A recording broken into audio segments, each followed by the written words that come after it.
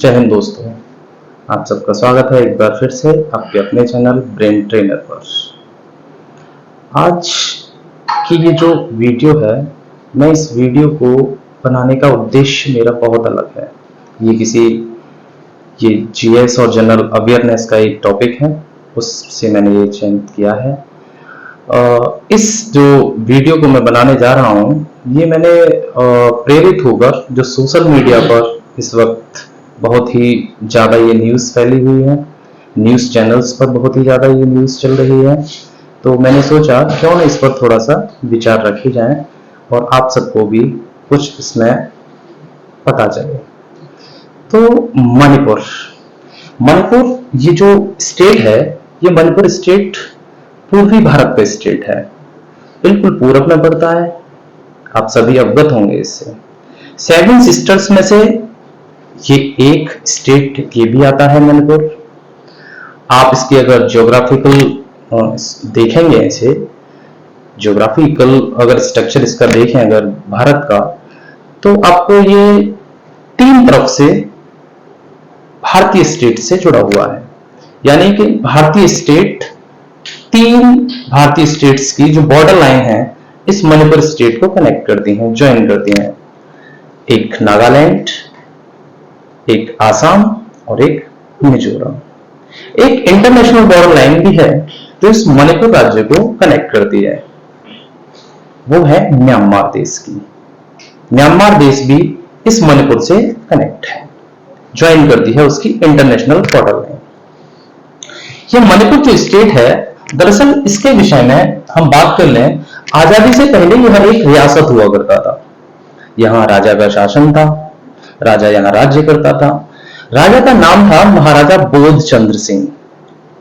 महाराजा बोधचंद्र सिंह ये शासक थे यहां पर। देश आजाद हुआ 1947 में। तो मणिपुर का जो शासक था, इस शासक को 3 ऑप्शन मिले, 3 ऑप्शंस। पहला ऑप्शन कि ये अगर राजा चाहे तो भारत में शामिल हो सकता है। दूसरा ऑप्शन, यह राजा चाहे तो पाकिस्तान में शामिल हो सकता है। तीसरा ऑप्शन, यह राजा अगर चाहे तो यह स्वतंत्र भी रह सकता है। इसने काफी समय तक कोई भी डिसीजन नहीं लिया और देश आजाद हो गया। 1948 में इसने अपने देश में कॉन्स्टिट्यूशनल मोनार्की एक जो नियम था वो नियम लागू किया। इसके अंतर्गत संवैधानिक राजतंत्र इसको बोलते हैं। मतलब चुनाव कराए, लेकिन चुनाव जो कराए वो मोनार्की के आधार पर थे। संविधान भी था लेकिन राजतंत्र भी था, राजाओं के ही बेटे चुनाव लड़ेंगे, इस तरीके की पद्धति थी। लेकिन चूंकि भारत के जो आयरन मैन थे, आप सभी जानते होंगे, सरदार पटेल जी, उन्हें ये जिम्मा मिला हुआ था कि वो भारत के आसपास की जितनी भी रियासतें हैं उन सभी रियासतों को भारत में शामिल करें। तो सरदार पटेल के दबाव के बाद, भारतीय स्वतंत्रता सेनानियों के दबाव के बाद, ये अपने आप को ज्यादा समय तक स्वतंत्र नहीं रख पाए और भारतीयों के दबाव में इन्होंने इंस्ट्रूमेंट ऑफ एक्सेशन पर साइन कर दिया। इट मींस जो भारत में विलय पत्र था, उस विलय पत्र पर साइन कर दिया इन्होंने। ये भारत में शामिल हो गया और ये शामिल कब हुआ? 1949 में सितंबर। लेकिन मणिपुर राज्य को पूर्ण राज्य का दर्जा तब भी प्राप्त नहीं हुआ। यह दर्जा 1972 में मिला और 1972 में उस वक्त की जो तत्कालीन प्रधानमंत्री थी श्रीमती इंदिरा गांधी जी, उनके नेतृत्व में मिला। मणिपुर को उन्होंने भारत का पूर्ण राज्य का दर्जा दिया। इसके बाद जैसे ही ये सारी घटनाएं हो रही थी, ये अपना देश स्वतंत्र चाहते थे। यहाँ के जो लोग थे, इनमें करीब 34 इस देश में जनजातियां रहती हैं। इसके अगर स्ट्रक्चर की बात की जाए तो एक घाटी का एरिया पड़ता है मणिपुर में, बीच में बिल्कुल सेंटर में, और बाकी चारों तरफ पहाड़ी एरिया पड़ता है। घाटी का जो एरिया है, उस घाटी के एरिया में मैतेई समुदाय रहता है, जो कि हिंदू मान्यताओं को मानता है। मैतेई समुदाय की जो पॉपुलेशन है वो मोर देन 55 से 60% तक लोग वहां रहते हैं। और जो एरिया है, भूभाग जो है, वो भूभाग सिर्फ घाटी में 10% लोगों के 10% है भूभाग। 10% भूभाग पर 55 से 60% मैतेई हिंदू समुदाय के लोग रहते हैं, जो कि अनुसूचित एससी कैटेगरी में आते हैं, अनुसूचित जाति की कैटेगरी में आते हैं। पहाड़ी एरिया में जब बात की जाए तो पहाड़ी एरिया में वैसे तो बहुत सारी 34 मैंने आपको शेड्यूल ट्राइब्स बताएं, लेकिन जो बहुसंख्यक शेड्यूल ट्राइब्स थी, उनमें से एक शेड्यूल ट्राइब्स है कुकी। ये जो कुकी समुदाय है, ये मैतेई समुदाय के बाद सेकंड नंबर पर आता है, और ये करीब 20% लोग पहाड़ी एरिया में रहते हैं। ये जो कुकी समुदाय है, कुकी समुदाय को एसटी का दर्जा मिला हुआ है शेड्यूल ट्राइब्स का। अब बात जब 1949 में जब इंस्ट्रूमेंट ऑफ एक्सेशन पर साइन कर दिया वहां के महाराजा ने, तो यहां के जो लोग थे, ये जो समुदाय के लोग हैं, इन लोगों ने ये अपील की गवर्नमेंट से कि हमें स्वतंत्र राज्य का दर्जा आप दीजिए। लोगों ने 72 तक स्वतंत्र राज्य का दर्जा नहीं मिल पाया इन लोगों को। इसके बाद भारत के विरोध में कई गुट बने। एक गुट है पीपल लिबरेशन आर्मी, जो कि यह गुट मणिपुर के निवासियों के द्वारा ही बनाया गया था। एक गुट था पीपल रिवॉल्यूशनरी पार्टी।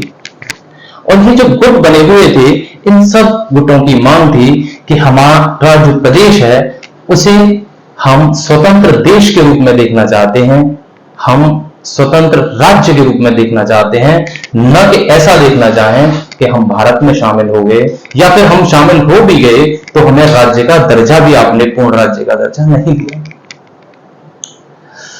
अब ये दरअसल घटना शुरू कहां से होती है, अब बात इसको समझने का प्रयास करते हैं।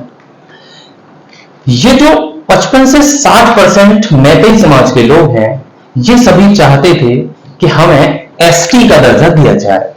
इनकी एक मांग थी कि हमें एसटी का दर्जा दिया जाए, शेड्यूल ट्राइब्स का दर्जा दिया जाए।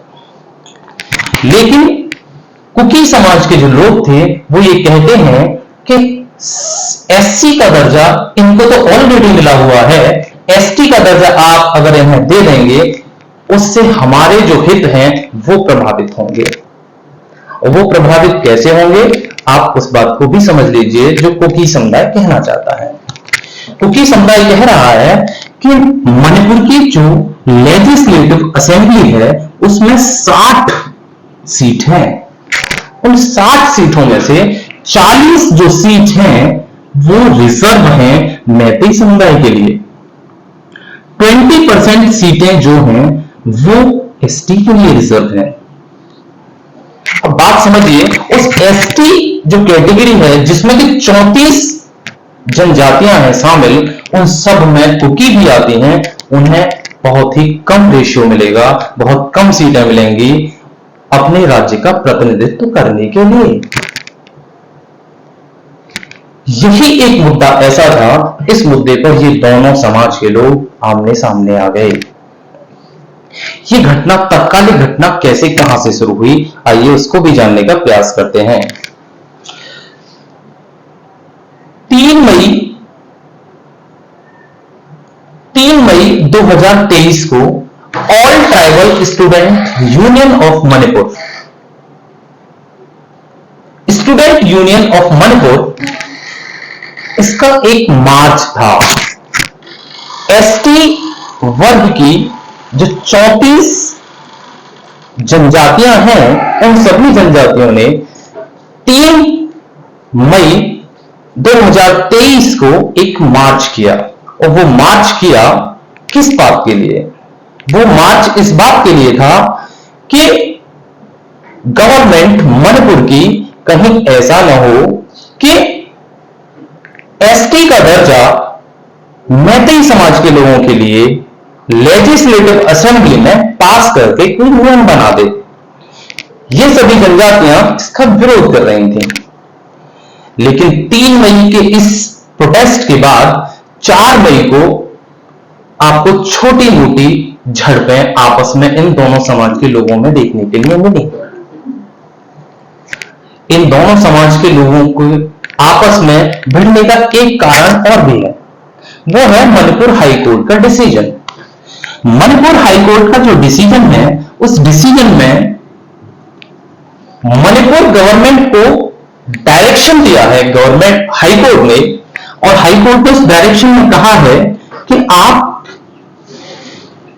यह प्रयास क्यों नहीं करते कि मैती समाज को भी जनजाति का दर्जा दिया जाए।